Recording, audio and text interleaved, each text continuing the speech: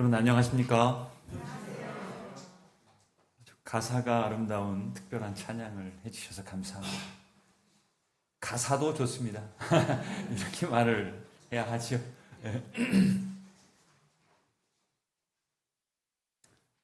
자, 우리에게 주시는 하나님의 말씀입니다. 디모데전서 3장 14절부터 있는 말씀입니다. 디모데전서 3장입니다. 3장 14절부터 16절까지 있는 말씀을 좀 같이 읽으시겠습니다. 내가 속히 내게 가기를 바라나 이것을 내게 쓰는 것은 만일 내가 지체하면 너로 하나님의 집에서 어떻게 행하여야 할 것을 알게 하려 함이니 이 집은 살아계신 하나님의 교회요 진리의 기둥과 터이니라. 16절입니다. 시작. 크도다 경건의 비밀이여 그렇지 않다 하는 이 없도다.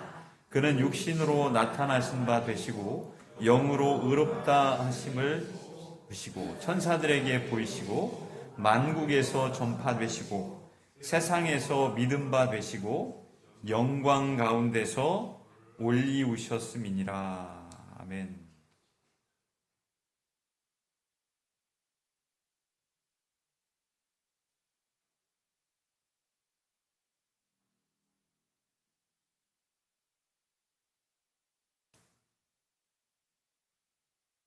오늘 디모데전서 3장 14절부터 16절까지 있는 말씀 함께 나누실 하나님의 말씀입니다. 성경에 줄긋지 말고 성경이 내게 줄긋게 하라라고 하는 제목입니다. 하나님 말씀 함께 나누시겠습니다.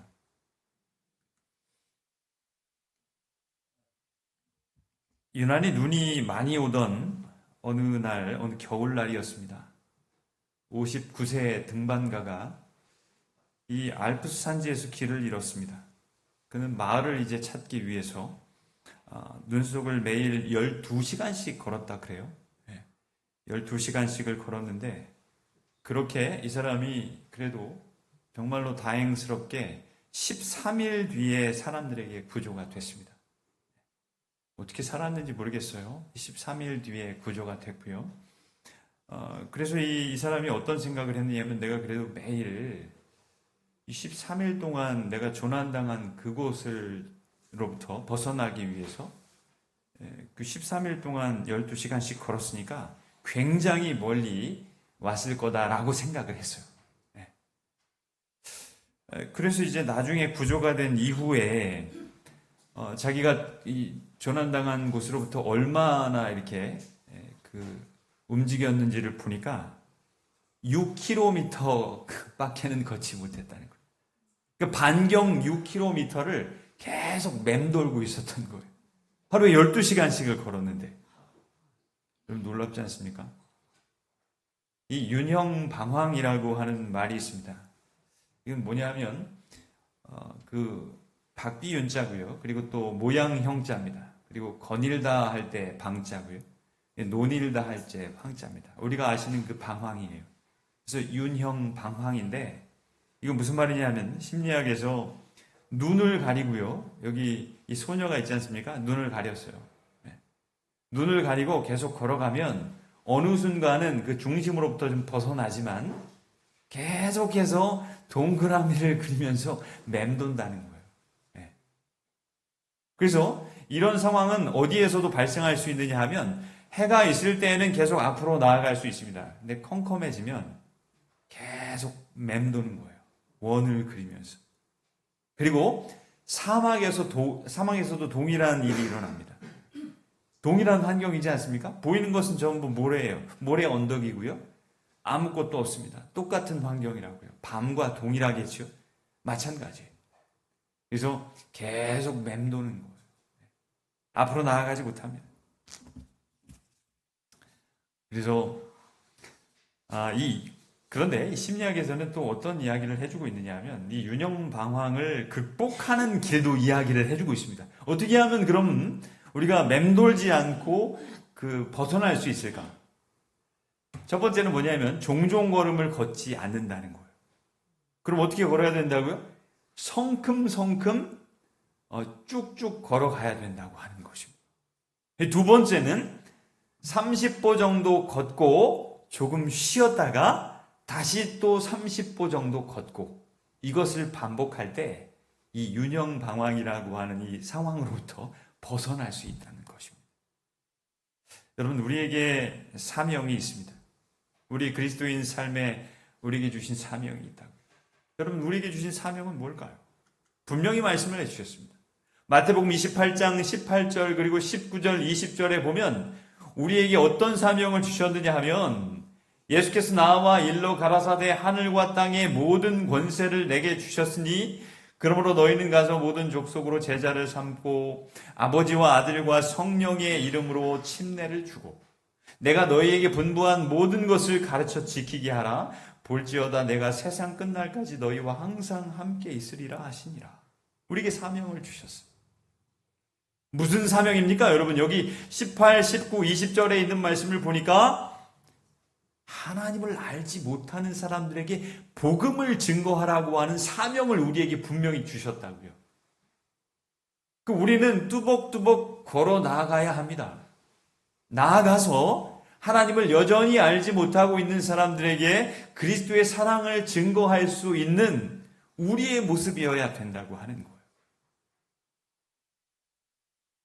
그런데 이런 사명이 우리에게 있음에도 불구하고 우리 일상의 삶에 가로막혀서 마치 여러분 윤형방황이 가리키고 있는 것처럼 우리 일상이라고 하는 큰 벽 속에 가리워서 우리는 그냥 우리 일상을 맴돌고 있는지도 모르겠어요.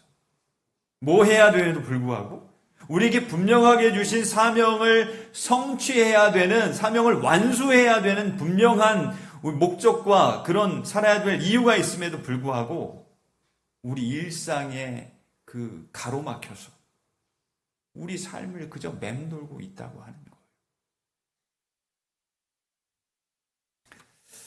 여러분, 우리가 그 전진이라고 하는 그 전체적인 제목을 가지고 디모데 전후서를 좀 연구하고 있어요. 그래서 오늘 이 본문의 말씀을 좀 읽으셨지만요, 본문에 있는 말씀을 보면 오늘 본문에 있는 말씀을 보면요, 16절에 있는 말씀이 핵심 절인데 뭐라고 말씀을 기록해 주셨죠? 다시 한번 좀 읽어보시겠습니다. 크도다, 시작. 크도다 경건의 비밀이여 그렇지 않다 하는 이 없도다. 그는 육신으로 나타나신 바 되시고 영으로 의롭다 하심을 입으시고 천사들에게 보이시고 만국에서 전파되시고 세상에서 믿음 바 되시고 영광 가운데서 올리우셨음이니라. 그래서 이 경건의 비밀이 이제 핵심절입니다. 그래서 오늘 이 14절, 15절, 16절에 있는 말씀을 통해서 사명을 수행해야 되는 그런 그리스도인 삶의 경건의 비밀이 있다는 거예요. 준비해야 되는 것이 있다는 것입니다. 우리가 그 사명을 완수하기 위해서 사명을 수행하는 그리스도인 삶을 위한 방법들이, 아니 특별히 해야 될 일들이 14절, 15절, 16절에 기록이 되어 있는데, 우선 첫 번째는 뭐냐 하면, 첫 번째는 간절함이 있어요. 14절은 간절함을 가리키고 있는데, 내가 속히 내게 가기를 바라나 이것을 내게 쓰는 것은, 그랬어요. 여러분, 제가 여기 잘 보이시지 않겠지만 여기 간절함이라고 하는 것에 대한 정의를 좀 적었습니다.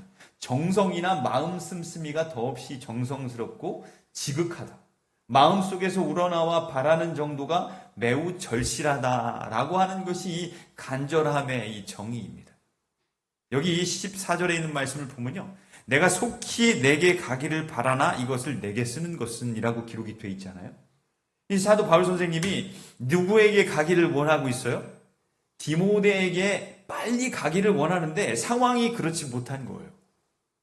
누구에게 쓰고 있느냐 하면 디모데 전후서니까 디모데에게 쓰고 있는 것인데, 그러면 디모데는 어디 있느냐 하면 오늘날 그 튀르키예 그 에베소라고 하는 곳에 있었습니다. 그래서 그곳에 가서 디모데를 좀 도와주고 싶은 마음이 간절했습니다. 그런데 상황이 녹록치 않아서 이제 내가 가는 대신 급하나마 이렇게 글을 써서 너에게 보낸다, 이런 말입니다.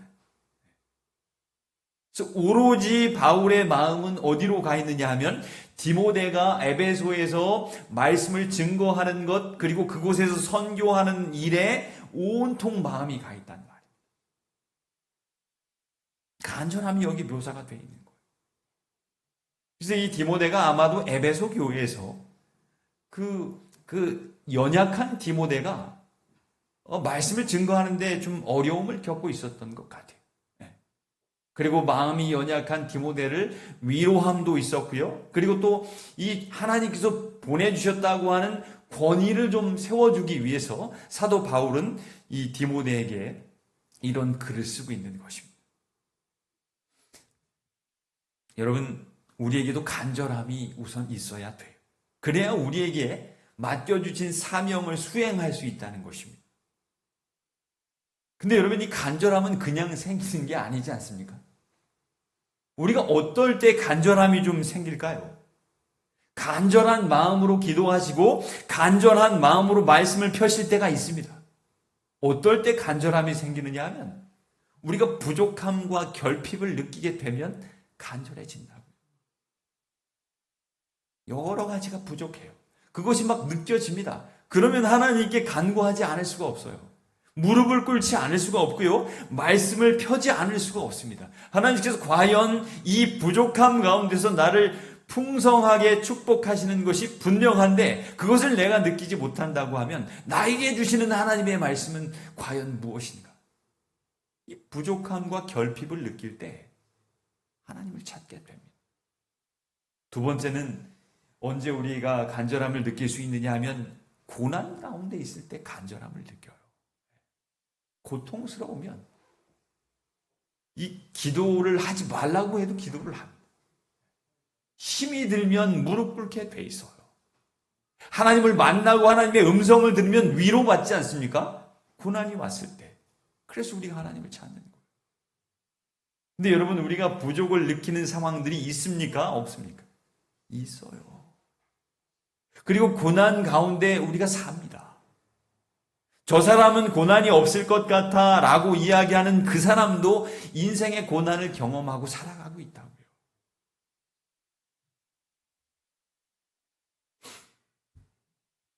저희 아이가 요즘에 운동을 좀 하다가, 둘째 아이가 운동을 하다가 이 발목을 좀 접질렸나 봐요. 그래서 이제 굉장히 불편하지 않습니까? 네. 그래서 이렇게 보니까 이렇게 영상 통화를 하면서 보니까 발목이 팅팅 부었어요. 네. 그래서 이제 몸이 불편하고 이러면 누구를 찾느냐 하면 아이들이 그 엄마에게 전화를 하더라고요, 주로. 네. 요즘에 전화가 좀 뜸하다가 몸이 불편해지니까 즉시로 누구에게 전화를 했을까요? 엄마를 찾죠. 아이, 뭐 아빠 소용없습니다. 엄마를 찾고요. 그 통화가 아주 금방 끝나거든요. 금방 끝나는 평상시에는. 근데 굉장히 오래도록 지속이 되는 거예요. 안 끊습니다, 먼저. 그래서 엄마가 이렇게 영상으로 보고 확인을 했어요. 이건 뭐 골절은 아니다. 괜찮을 거다. 이렇게 이야기를 해줬음에도 불구하고 이 통화가 계속 오래됩니다. 절대 안 끊어요. 남자임에도 불구하고 계속해서 그건 뭐예요? 그 엄마로부터 끊임없이 이제 위로받기를 원하는 거예요. 이렇게 괜찮아. 조금 자고 일어나면 괜찮을 거야. 얼음찜질하면 아주 좋아질 거야. 이제 그런 얘기의 반복이지요. 뭐 더 이상 얘기해 줄 게 없어요. 그런데도 끊임없이 계속 통화가 이렇게 지속이 되는 거예요. 그럼 이게 간절함이죠. 어떻게든지 위로를 받고 싶은 거예요. 여러분, 고난이 올 때 우리가 간절해집니다. 그리고 세 번째는 질병을 마주했을 때 이제 간절해져요. 여러분, 아플 때 조금 불편해지면 몸이 불편한 것입니다. 그러면 무릎을 꿇지 않을 수가 없다고요. 여러분, 여기 열왕기하 20장 1절과 7절에 있는 말씀 제가 좀 적었지만 전체에 기록하진 않았어요. 이게 무슨 얘기냐면 이스라엘에 히스기야라고 하는 왕이 있었습니다. 이 왕이 통치를 하다가 병을 얻었는데 중한 병입니다. 그래서 이사야 선지자를 통해서 히스기야에게 어떤 기별이 내렸느냐 하면 너 이제 곧 죽는다고 그랬어. 그랬더니 히스기야가 모든 것을 다 멈추고 벽을 향해서 기도를 하잖아요. 그걸 벽면 기도라고 합니다. 그러면서 여러분 가지신 성경 우리가 찾지는 않겠지만 거기 보면 히스기야 왕이 통곡을 했다 이렇게 기록을 합니다. 이 무릎 꿇지 않을 수가 없었어요. 중한 질병이고 이제 이 생명이 다했다고 했으니까. 그래서 결국 히스기야가 어떻게 됐습니까? 이사야는 그런 말씀을 하나님으로부터 듣고 너 이제 이 생명이 다했다라고 하는 말씀을 듣고 이제 이 왕궁을 나가고 있었다고요. 그런데 이제 벽을 향해서 하나님을 간절히 찾았던 히스기야 왕에게 하나님의 말씀이 이제 이 이사야를 통해서 다시 임하게 돼요. 통곡하는 히스기야를 딱 바라보시고 이사야에게 다시 말씀을 주셨어요. 그리고 여러분 어떻게 됐어요? 15년의 생명이 연장됩니다. 그래서 3일 안에 낫겠다고 그랬어요. 그래서 여전히 이사야는 뭐 하고 있는데 이제 그 왕궁을 다 나가지 못했다고요. 중간쯤 나갔는데 다시 하나님의 말씀이 이사야에게 임했고요. 그 이야기를 히스기야 왕에게 해줬어요. 회복이 됐습니다. 여러분 질병을 마주했을 때 우리가 간절해진다고요. 그런데 놀라운 것은 그렇게 간절한 하나님께 간절히 기도하는 그 심령의 음성을 소리를 하나님께서는 땅에 떨어뜨리지 않으신다는 거예요. 마치 히스기야를 낫게 해주신 하나님의 그 섭리와 인도하심처럼 우리가 질병 가운데 있을 때, 고난 가운데 있을 때, 부족과 결핍을 느낄 때 하나님께서는 그 음성을 들으시고 들어주신다는 거예요. 해결해 주신다는 거예요. 여러분 말씀드렸지만 우리 삶에 부족함이 있어요. 누구든지 부족함이 있습니다. 고난이 있어요. 그리고 질병도 있습니다. 야, 이 질병 가운데 이 질병으로부터 우리가 어떻게 자유로워질 수 있을까? 어떻게 회복될까? 무서운 질병. 우리가 볼 때 무섭어요. 무서워요. 근데 하나님 보실 때 그 질병은 아무것도 아니죠. 여러분, 우리 삶에 있는 부족함들, 고난들, 그리고 중한 질병을 마주하고 있는 우리의 모습을 이렇게 보시고 그것을 하나님을 향한 간절함으로 바꾸십시오. 그 부족함과 결핍이 부족함과 결핍 자체로 끝나지 않게 하십시오. 그렇죠? 그 고난이 고난으로 끝나지 않게 해야 된다고요. 그리고 이 질병이 질병으로 끝나지 않게 해야 됩니다. 그러면 질병과 고난과 부족함들을 그런 상황을 무엇으로? 하나님을 향한 간절함으로 전환을 시켜야 된다는 거예요. 그럼 우리가 회복된다는 말입니다. 그래서 다시 여러분 우리가 돌아가 보면 우리에게 맡겨주신 사명이 있는데 그 사명을 완수하기 위한, 수행하기 위해서 우리가 정말로 해야 될 일은 간절함이에요. 우리에게 있는 그런 상황들을 바꾸는 것입니다.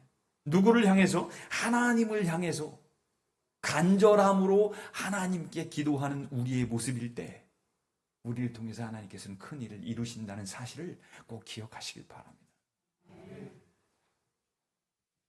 그 선교지에서 온 글입니다. 박모 선교사님인데 천명 선교사 61기 선교사로 이제 이 모든 선교 시간들을 다 마치고 이제 다시 돌아왔는데 이 박 선교사가 어떤 글을 좀 썼느냐 하면 한 달 동안 영어 교육을 받고요. 그리고 또 이제 이 본인에게 맡겨진 그 선교지로 가서 한 8개월 정도, 9개월 정도를 봉사를 하더라고요.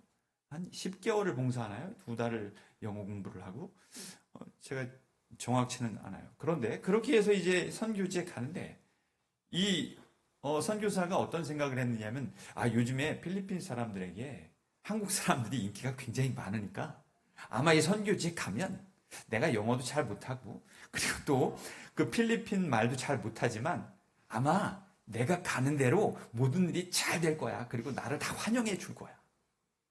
그런 자신감을 갖고 이제 이 선교지에 갔습니다. 그래서 이제 필리핀 사람과 이 선교사하고 한국 사람이 청년과 이 짝이 되어서 선교지에 아주 외진 곳에 가게 됐어요. 그래서 당당한 것입니다. 야, 이제 뭐 선교 잘하고 이제 기쁘게 하고 돌아가야지. 이런 마음으로 이제 집집 방문을 하게 됐는데 전부 사람들이 이 자기가 한국 사람인데도 불구하고 다 외면하고요. 거들떠 보지도 않는 거예요. 교회로 초청을 해도 이 호의적인 사람이 하나도 없는 거예요. 그래서 얼마나 자존감이 낮아지고요. 절망을 하는지. 야, 내가 이제 다음 달에 돌아가야 되지 않을까, 집으로? 어떻게 할 수 있을까?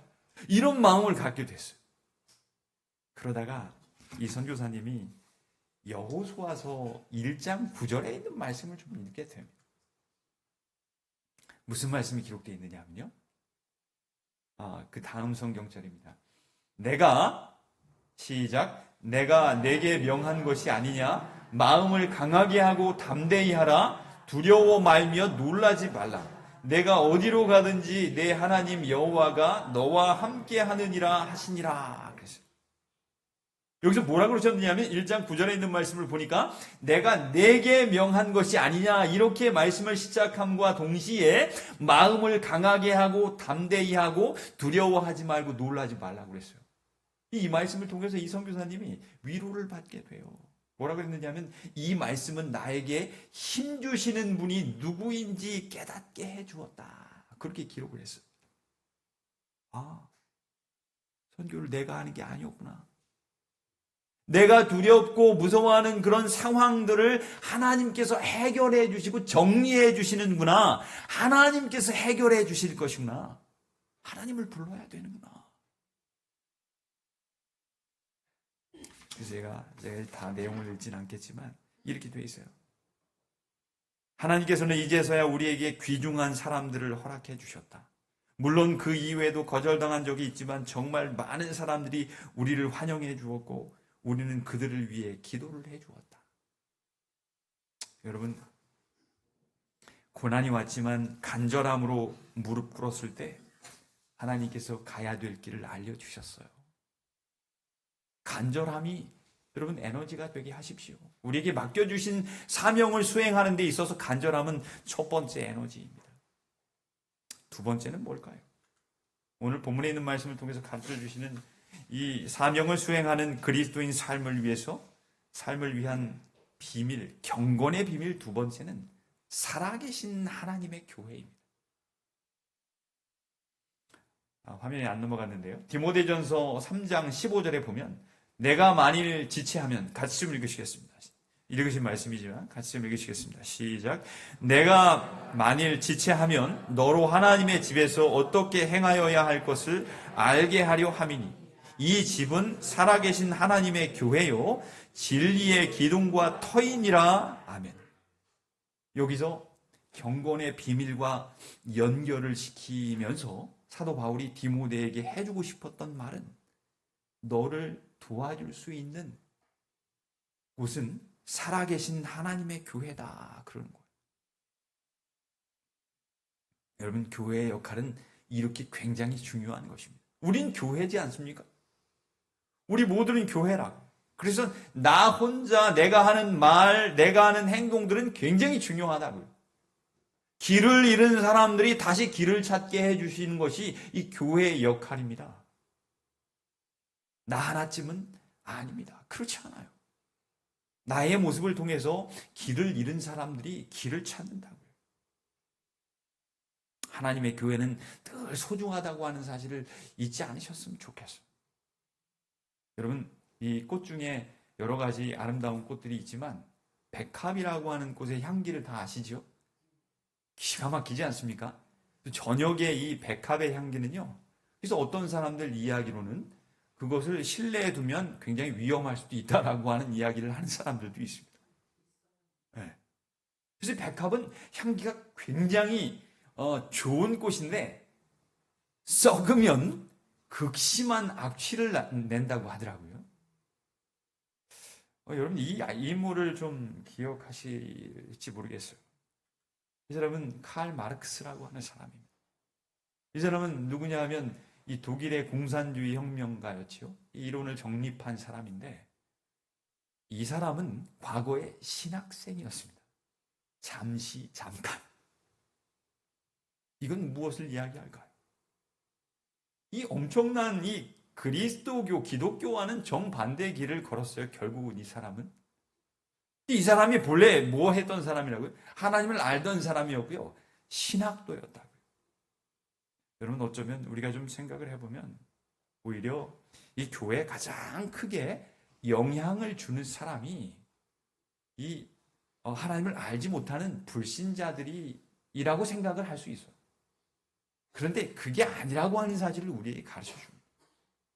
성숙하지 못한 그리스도인이 오히려 교회에 좋지 않은 영향을 줄 수 있다는 거예요. 조금 아는 그리스도인. 선하지 않은 그리스도인. 글쎄요. 이 그리스도인이라고 하면 선해야 되는데 무늬뿐인 그리스도인 이 표현이 적절할 것 같습니다. 그 사람이 오히려 교회에 큰 좋지 않은 영향을 줄 수 있다는 사실을 우리에게 가르쳐 줍니다. 여러분 우리는 언제든지 살아계신 하나님의 교회임을 꼭 잊지 않게 되시길 바랍니다. 우리는 향기 나는 교회여야 돼요.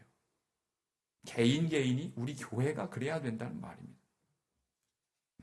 세 번째, 사명을 수행하는 그리스도인 삶을 위한 경건의 비밀 세 번째는 뭐냐 하면 여러분 3번 뭐라고 기록되어 있어요? 시작.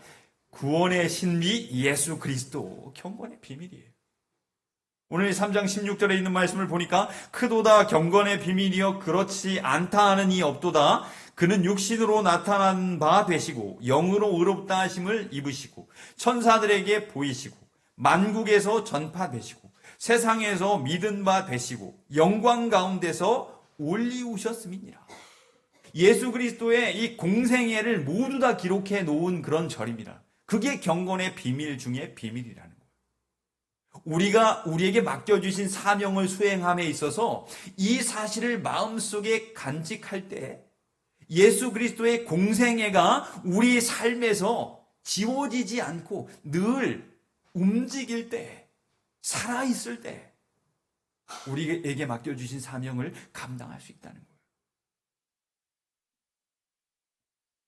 여러분 여기 보면 이게 3장 16절은 예수님의 하나님이 아들이시라고 하는 사실을 가리키고요. 그리고 사람으로 오셨다고 하는 사실을 가르쳐주고요. 그리고 그분을 믿는 것이 정말 중요하다고 하는 사실을 가르쳐주고요. 그리고 그분이 십자가에 죽으셨다고 하는 그 사실도 가르침과 동시에 다시 살아나시고 승천하셨다고 이야기하는 절이 16절입니다.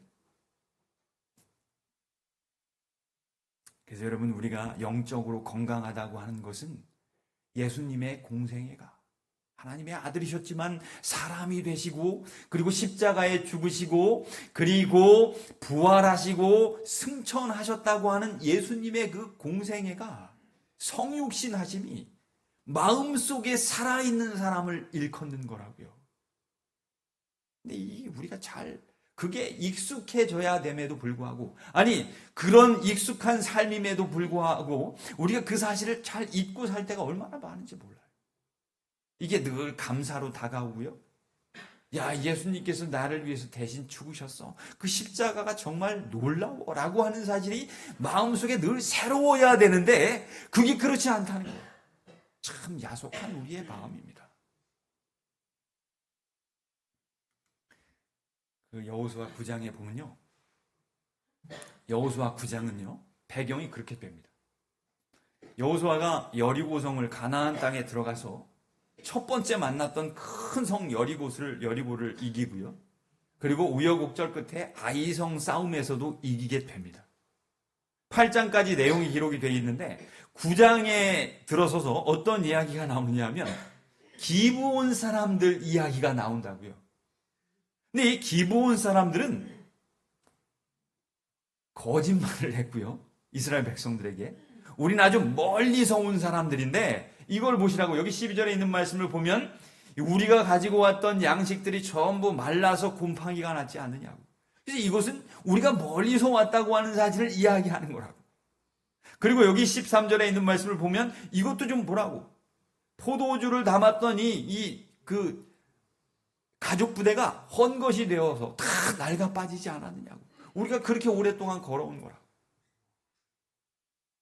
이렇게 이제 거짓말을 하고 기브온 사람들이 이제 이스라엘 백성들로부터 이 목숨을 구걸받게 됩니다.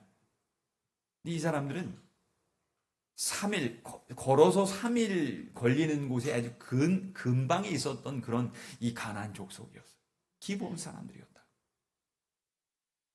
근데 여러분 여기 이 14절에 있는 말씀을 우리가 좀 같이 좀 읽어보시겠습니다. 다음 절에 14절에 있는 말씀을 보면요. 같이 좀 읽어보실까요? 시작. 무리가 그들의 양식을 취하고 어떻게 할 것을 여호와께 묻지 아니하고 그랬어요. 뭐라고요? 하나님께 물었습니까? 묻지 않았습니까? 묻지 않고요. 그냥 그렇구나. 야, 저 사람들 옷 좀 봐. 남루한데? 저 사람들 신은 신발 좀 봐. 야, 다 헤어졌잖아?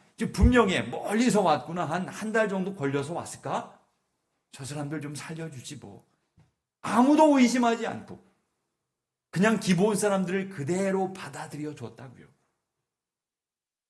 하나님께 묻지 않았어. 여러분, 이 사람들은요, 이스라엘 백성들 어떤 사람들이 기브온 사람들을 봐도 멀리서 온 사람이었다고요. 이걸 여러분, 이건 우리에게 무엇을 가르쳐 주나요? 아무렇지도 않은 누구도 의심하지 않는 일로 우리가 죄를 지을 수 있다는 거예요. 아무도 의심하지 않습니다. 누구도 저 사람들 혹시 좀 우리가 생각해 봐야 돼. 이렇게 하는 사람이 없을 정도로 완벽한 알리바이였다고요. 거짓말이었어요. 완벽한 거짓말이었지만 거의 완벽했습니다. 다 속아 넘어갔어요. 누구도 의심하지 않는. 매일 매순간 습관적으로 하는 일을 우리가 조심하고 주의해야 돼요. 우리가 여러분 주님의 성육신 공생에 그리고 또 이 십자가 부활 승천 너무나 익숙해요. 그건 기독교의 핵심이니까 그렇습니다. 근데 그것을 우리 마음속에 늘 새롭게 해야 됨에도 불구하고 그것을 새롭게 하지 못하고 그냥 아무렇지도 않게 그냥 내가 만났던 예수님 내가 어렴풋이 기억해 라고 하는 그런 마음가짐으로 살아가는 우리의 모습을 발견할 때가 참 많다고 하는 거예요. 그때 여러분 우리는 큰 죄를 짓게 돼요. 예수님께서 우리와 너무 멀리 계시다고 생각을 할 때 여러분 간절함을 갖고 우리 주님을 새롭게 하십시오. 그게 우리에게 필요해요. 이스라엘 백성들이 빠졌던 그 죄에 다시 우리가 빠질 필요는 없지 않습니까? 그 이준관 시인이요.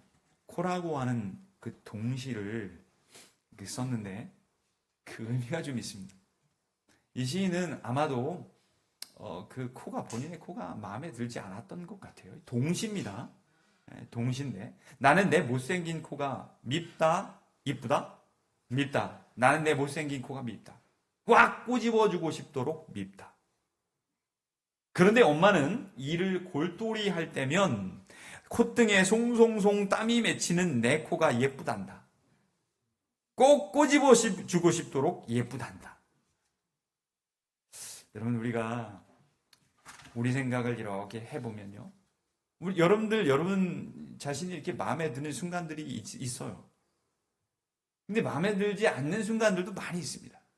형편없어. 이렇게 생각이 될 때도 참 많고요. 어떨 때는 마음에 들기도 합니다. 근데 오늘 이 말씀을 동시지만 좀 살펴보니까 마음에 들 때도 있고 들지 않을 때도 있지만 우리 하나님께서는 어떻게 보신다고 하는 거예요? 우리를 귀하게 보신다는 거예요. 여러분 하나님께서 우리를 귀하게 보신다고 하면 우리가 하나님께서 우리에게 맡겨주신 사명을 감당해야 되지 않겠습니까? 오늘 말씀을 보니까 하나님께서 우리에게 맡겨주신 사명은 성숙한 성도일 때 가능하다고요. 우리에게 맡겨주신 사명 간절함으로 주님을 찾음으로 말미암아 모두 다 완성하시고 하나님께 영광 돌리시는 우리의 모습들이 되시기를 주님의 이름으로 간절히 바랍니다.